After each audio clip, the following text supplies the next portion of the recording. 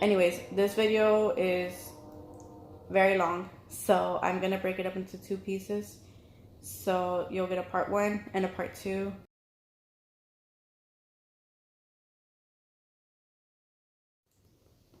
Hey guys, so I know I've mentioned before that I've had a diagnosis called psychogenic seizures, but I've never really went into detail about it.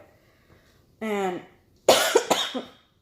sorry, I kind of wanted to talk to you guys about that because I've had comments on some of my videos where I mention psychogenic seizures, or I'll just say PNES, and some people will be like, what's that? So I wanted to come on here and tell you guys. So basically, psychogenic seizures, all it is seizures that are caused by something that is psychological, whether that be anxiety, depression, basically anything that you're diagnosed with that's psychological. For me, it's caused by my anxiety. I started getting them in October of last year. So it's been a little over a year now that I was diagnosed with it.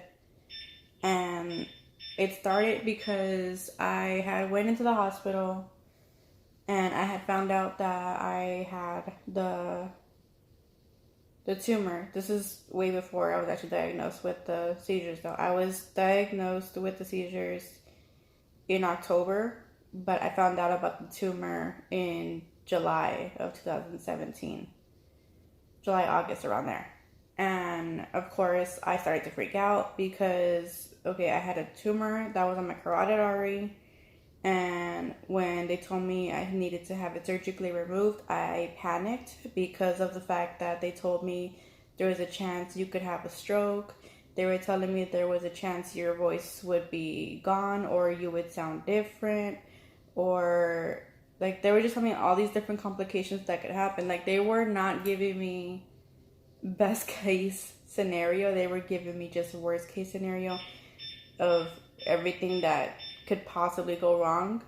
And I wasn't having anybody tell me like, oh yeah, you'll be fine, which obviously I'm fine after I've had the surgery. But that road to having the surgery was a nightmare because this was the first time I had surgery in years. The last time I had surgery, I was a minor and I was at Children's Hospital. So this time I had a surgery at a different hospital that I wasn't used to going to. So I didn't know any of the doctors. I felt like none of the doctors knew me. So for me to trust somebody to have surgery, it really took a toll on my body. So fast forward to October of last year, I was in the hospital because I was supposed to have had the surgery on October 19th, I think, of last year. And that didn't happen because at the time,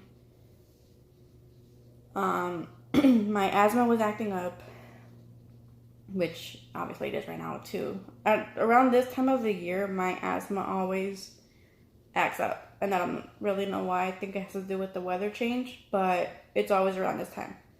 So my asthma was acting up. I had been going to the doctor because my breathing was just out of whack. I was put on steroids for a little bit to help with that.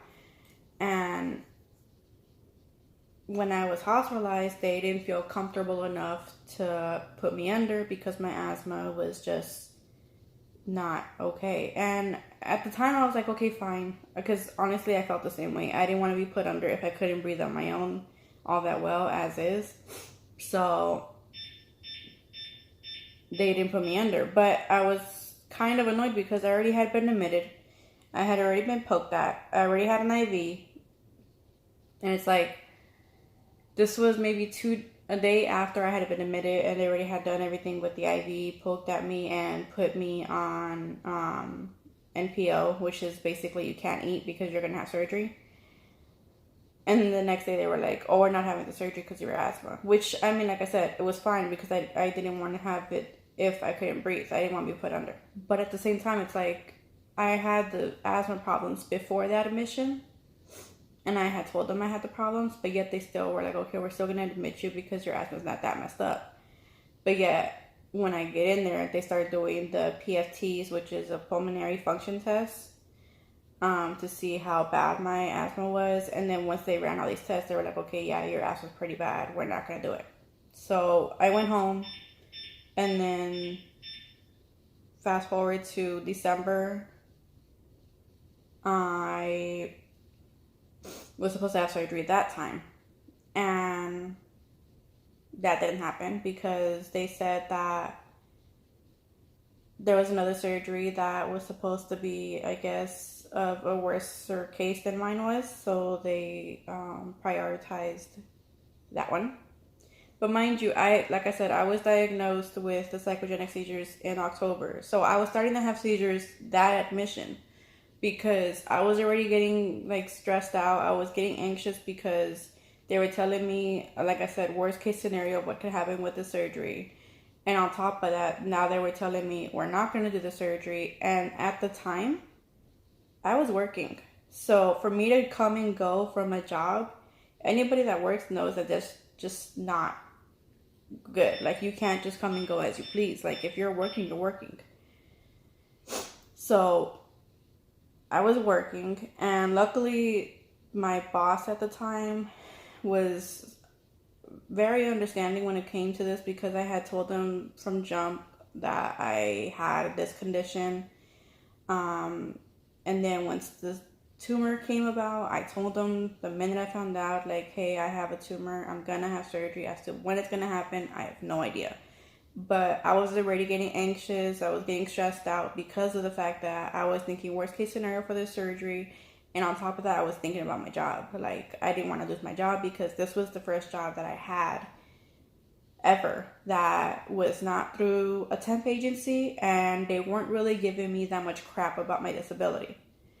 So I really wanted to keep this job. Fast forward to December.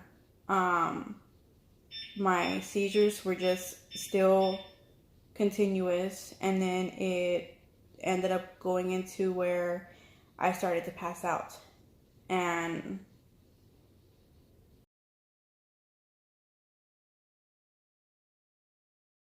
so I basically wanted to share that with you guys, what psychogenic seizures were and what causes them. So yeah, that's all I got for you guys for today. So I will see you guys next time. And as always, please don't forget to subscribe to my channel and like this video. And I'll see you guys next time. Bye.